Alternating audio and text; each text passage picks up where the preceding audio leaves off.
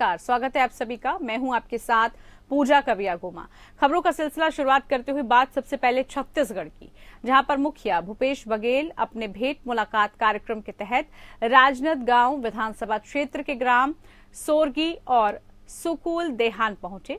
यहां पर मुख्यमंत्री भूपेश बघेल ने ग्राम पंचायत सुरगी के मां शीतला मंदिर में पूजा अर्चना कर प्रदेशवासियों के सुख समृद्धि और खुशहाली की कामना की और भेंट मुलाकात के आयोजन में शामिल होते हुए मुख्यमंत्री ने अलग अलग योजनाओं के तहत लाभार्थियों से चर्चा करते हुए योजनाओं को समीक्षा की। इस दौरान हितग्राहियों ने सीएम बघेल को योजनाओं का लाभ मिलने की जानकारी दी। भेंट मुलाकात कार्यक्रम के दौरान मुख्यमंत्री ने क्षेत्र की जनता को छत्तीसगढ़ शासन द्वारा चलाए जा रहे विभिन्न योजनाओं की जानकारी भी दी। पूर्व मुख्यमंत्री डॉक्टर रमन सिंह के विधानसभा क्षेत्र में भेंट मुलाकात का आयोजन करते हुए मुख्यमंत्री भूपेश बघेल ने रमन सिंह पर निशाना साधते हुए कहा कि इस क्षेत्र की जनता सड़क की मांग कर रही है, सड़कें अभी भी खराब है।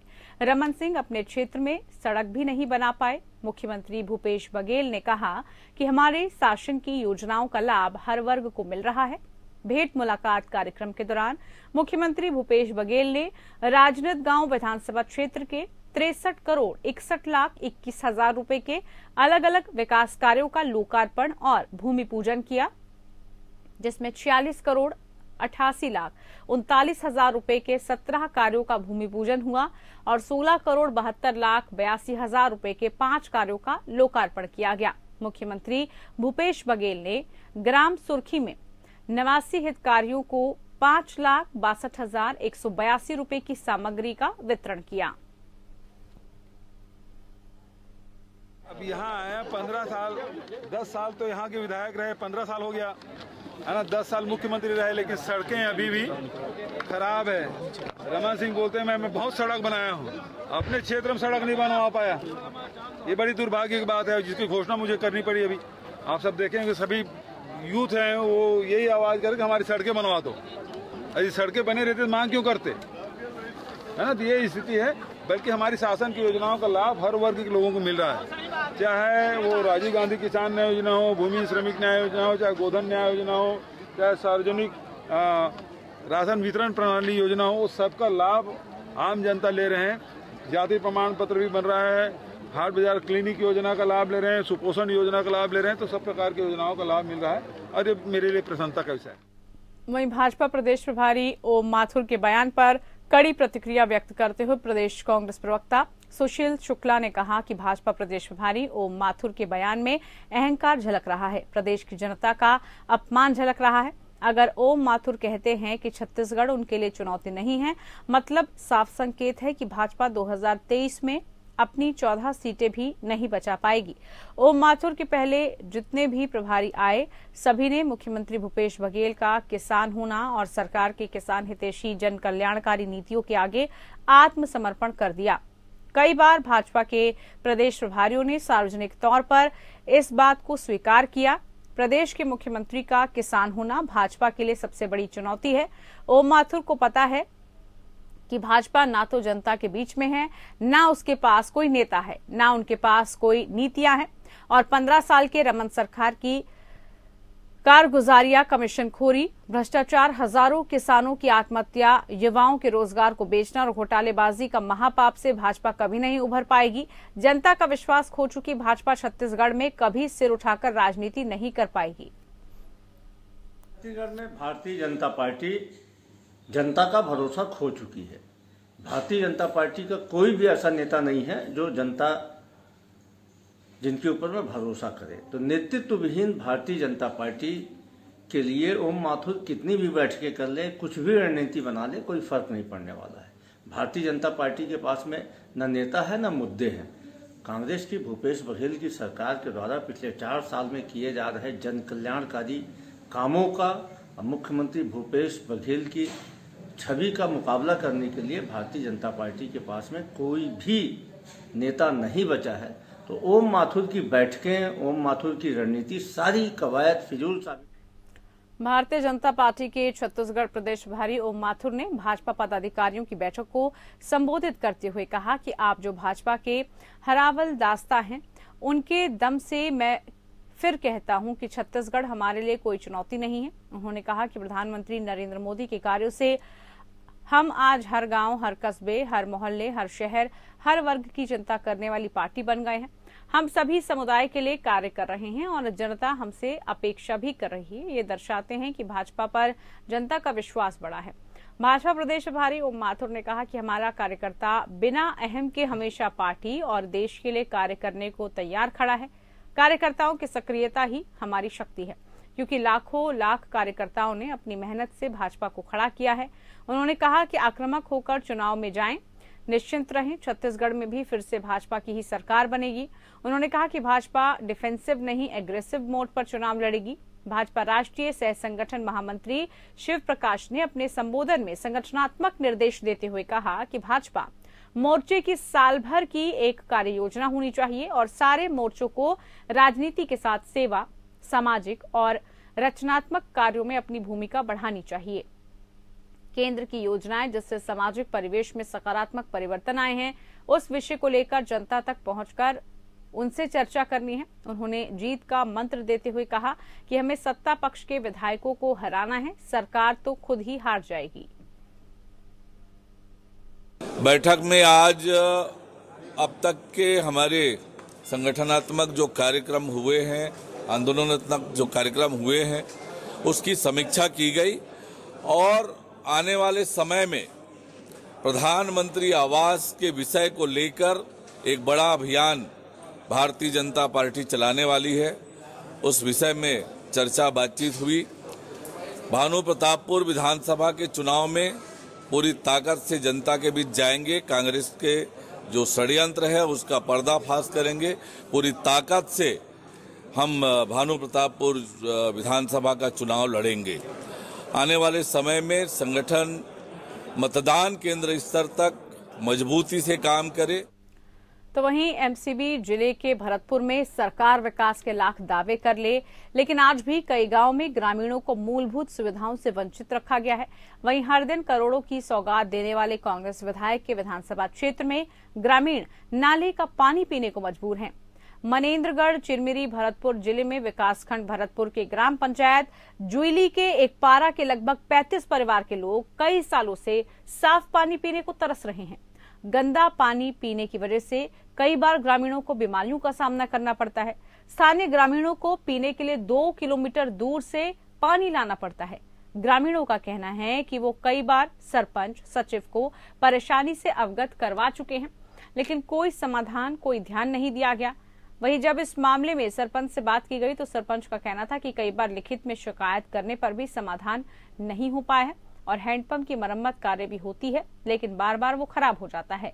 वहीं तहसीलदार विप्लव श्रीवास्तव ने बताया कि मीडिया के द्वारा जानकारी मिली है, जल्द ही उस पर यथास्थिति को देखकर पीएचई विभाग से बात करके निराकरण किया जाएगा। उसके बारे में हम लोग लिख पढ़ के दिए थे एक आध 2 बार, तो नहीं हो पाया। वो हैंडपंप बनवाते हैं सर, लेकिन भाई 4-10 दिन मतलब महीना 2 महीना में फिर से बिगड़ जाता है। मेरे यहाँ तो अभी नहीं आ पाया, सर्वे करके यहाँ से चले गए हैं। बोले थे कि मतलब अब हफ्ता 15 दिन में चालू होने वाला है। पंचायतों में जहाँ जहाँ भी नया हैंडपंप स्वीकृत करना है या जहाँ भी खराब है, इसके लिए हमारे आदरणीय कलेक्टर महोदय के द्वारा सख्त निर्देश दिया गया है और हर टीएल में इसका समीक्षा होता है। आपके माध्यम से जानकारी मिल रहा है, मैं कौन सा मोहल्ला है उसको पता करके बिल्कुल उसको मैं एसडीओ पीएचई के माध्यम से इसको रिपेयर करवाएंगे हम जल्दी।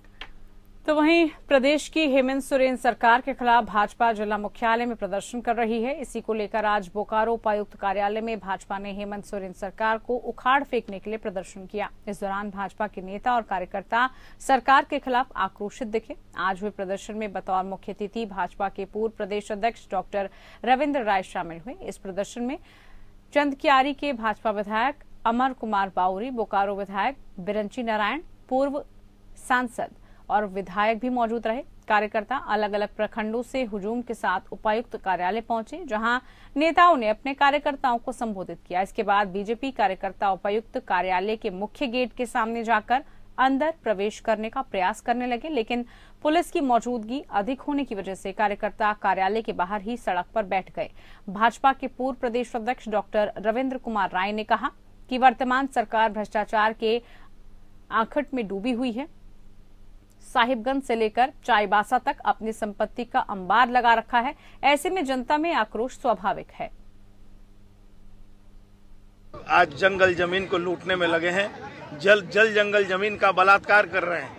जिस तरह से खनिज संपदाएं लूटी जा रही हैं, बालू लूटा जा रहा है, पत्थर लूटा जा रहा है, कोयला लूटा जा रहा है, ये झारखंड की जनता के बर्दाश्त के बाहर है।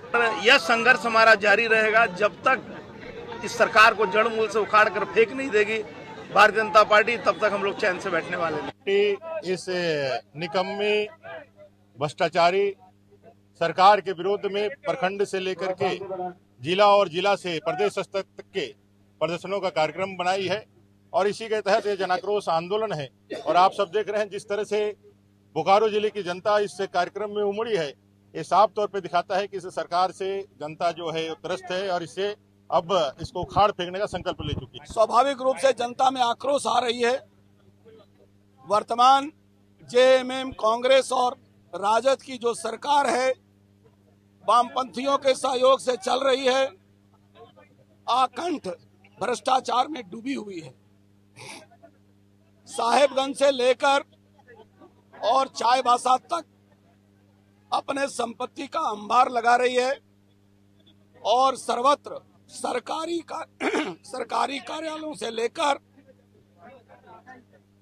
सरकार के गलियारे तक हर जगह घूसखोरी और भ्रष्टाचार व्याप्त हो गया है। तो वहीं झारखंड में बिजली संकट कम होने का नाम नहीं ले रही है। अक्टूबर महीने से ही राज्य में बिजली कटौती की जा रही है। राज्य में औसतन 10 से 12 घंटे की कटौती हो रही है। खासकर ग्रामीण इलाकों की स्थिति बहुत बदतर है।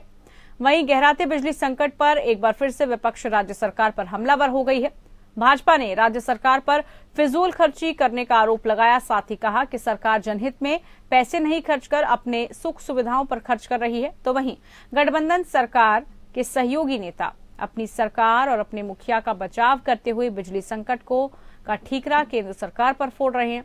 उन्होंने कहा कि केंद्र सरकार के कारण बिजली कटौती हो रही है। केंद्र सरकार ने राज्य सरकार के बकाया पैसे को अभी तक नहीं दिया है, जिसके कारण हमें भुगतान करने में दिक्कतें हो रही हैं। फिर भी राज्यवासियों को जल्द इस समस्या से निजात मिल जाएगी।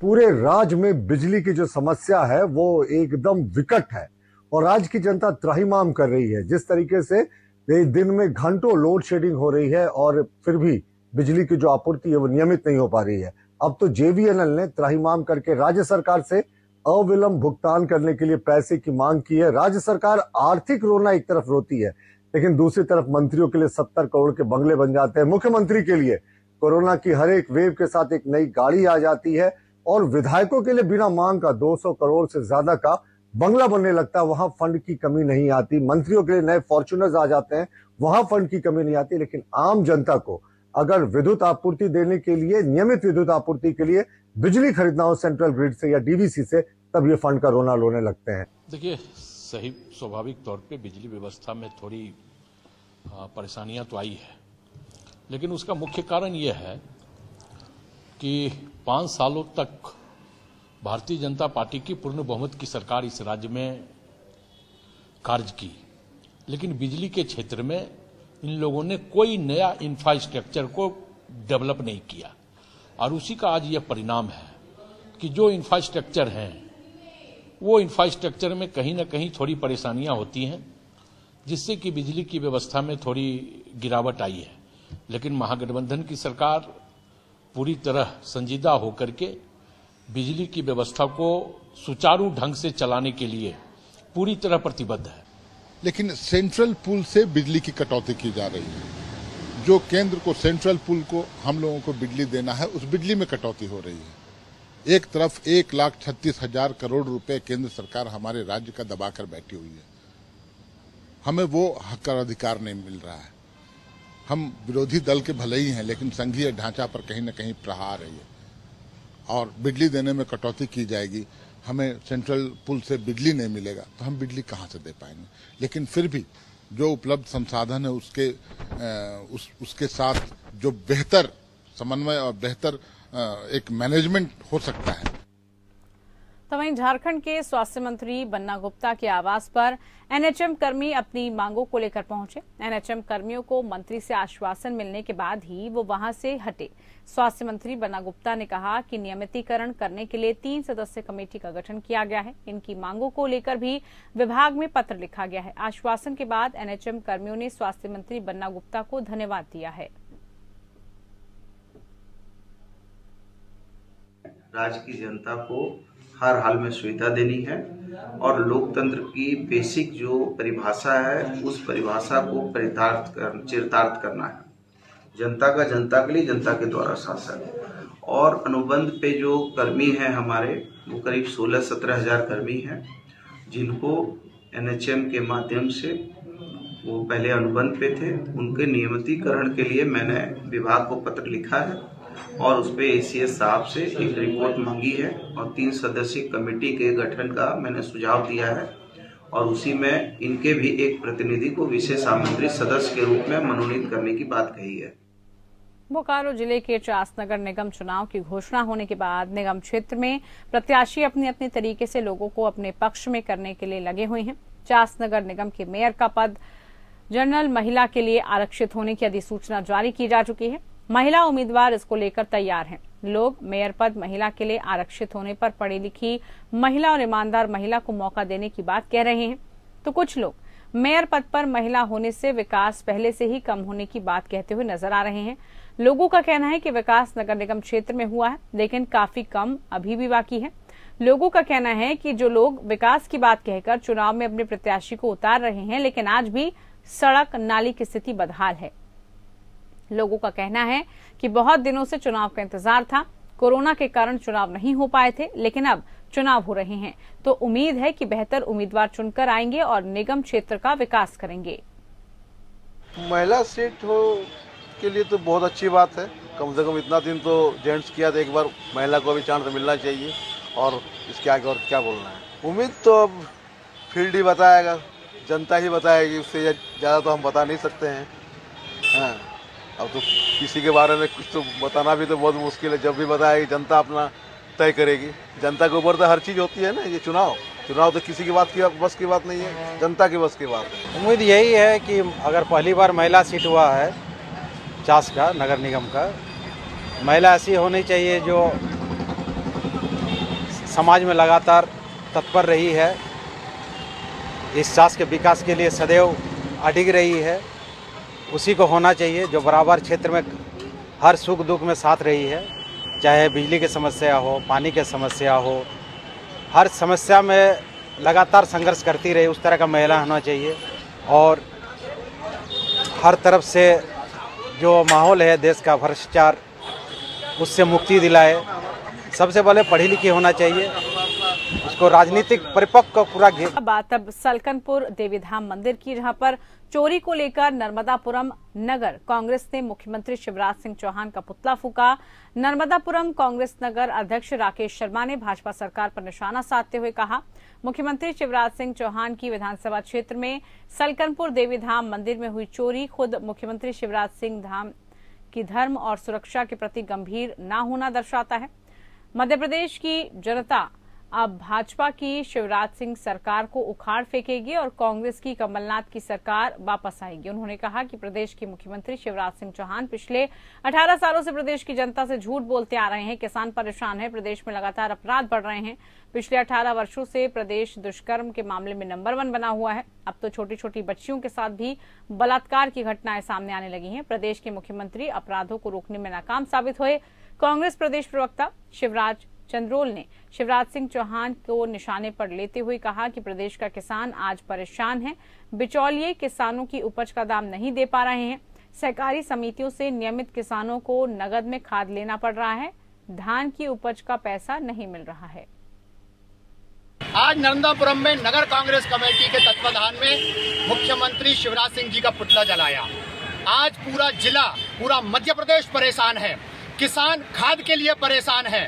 खाद के लिए 24 घंटे पहले से टोकन लग रहे हैं, उसके बाद भी किसानों को खाद नहीं मिल पा रहा है।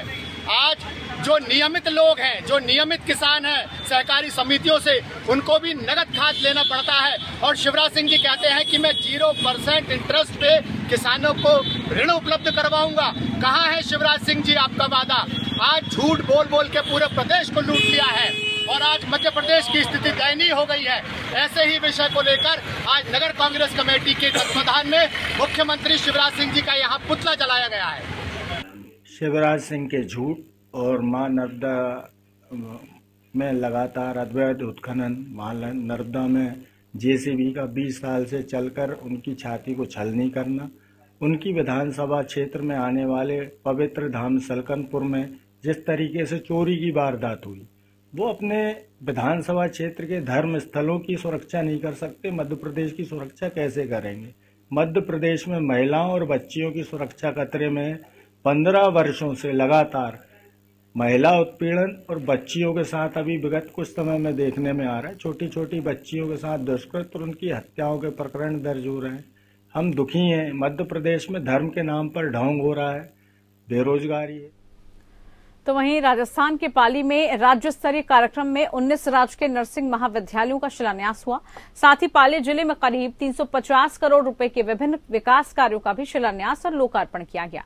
समारोह को संबोधित करते हुए सीएम अशोक गहलोत ने कहा कि राज्य सरकार प्रदेश के चहुमुखी विकास के लिए प्रतिबद्धता से काम कर रही है। प्रदेश सरकार सड़क, पानी, बिजली, शिक्षा, कृषि, चिकित्सा, सामाजिक सुरक्षा समेत अलग अलग क्षेत्रों में विकास के नए आयाम स्थापित कर रही है। इसी क्रम में आज 19 राजकीय नर्सिंग महाविद्यालयों का शिलान्यास किया गया। इनके निर्माण के पश्चात महाविद्यालयों से निकलने वाले नर्सिंग विद्यार्थियों को प्रदेश में बेहतर सेवाएं देंगे। इसके साथ ही बाड़मेर, बांसवाड़ा, कुम्हेर, भीलवाड़ा, लालसोट, धौलपुर, डूंगरपुर, हनुमानगढ़, जालौर, झुंझुनू, करौली, नागौर, नाथद्वारा, प्रतापगढ़, सीकर, सिरोही और टोंक नर्सिंग महाविद्यालयों का वर्चुअल और पाली के साथ साथ चित्तौड़गढ़ में भूमि पूजन करके कुल 19 नर्सिंग महाविद्यालयों का शिलान्यास किया। रेलगाड़ी से पानी की बात हो तब भी मैंने कोशिश की कि रेलगाड़ी से पानी यहाँ पे पाली तक आए, क्योंकि जोधपुर भी खाली करने की नौबत आ गई थी उस वक्त में। वहां भी रेलगाड़ी से पानी आ रहा था, आपके पहुंचाया गया। अभी जो रोहित के अंदर मावर जंक्शन से रोहित और जोधपुर, जो दिल्ली मुंबई फ्रेट कॉरिडोर बना है, दिल्ली से बंबई तक पैरेलल रेल लाइन बनी है खाली मालगाड़ियों के लिए, उसको कहते हैं दिल्ली मुंबई फ्रेट कॉरिडोर। उसमें 6 जगह जो है राजस्थान में, 6 जगह सबसे एरिया सबसे ज्यादा लंबा राजस्थान का ही है, थोड़ा गुजरात का है। वहीं भाबरू जिला पुलिस अधीक्षक महोदय मनीष अग्रवाल द्वारा संपत्ति संबंधी अपराधों की रोकथाम और अपराधियों की धरपकड़ के संबंध में त्वरित कार्रवाई के निर्देश जारी कर दिए गए हैं। उसी के तहत विद्या प्रकाश अतिरिक्त पुलिस अधीक्षक कोटपुतली संजीव चौधरी, आरपीएस वृत्ताधिकारी वृत्त विराटनगर के सुपरविजन में अंतर सिंह और उप निरीक्षक थाना अधिकारी थाना भावरू के नेतृत्व में टीम गठित करके लूट की झूठी सूचना देने वाले व्यक्ति के खिलाफ कार्रवाई की गई।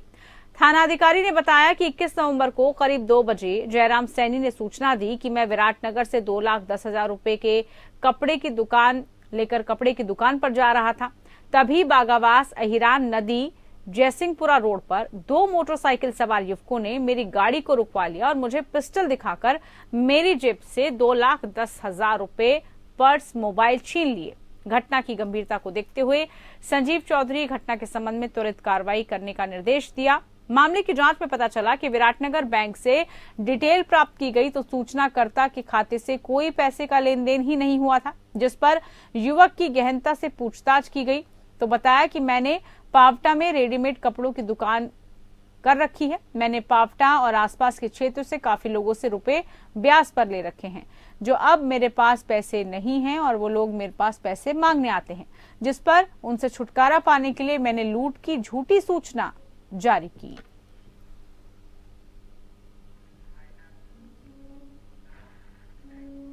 चलिए इसी के साथ फिलहाल के लिए खबरों में इतना ही। बने रहिए हमारे साथ। नमस्कार।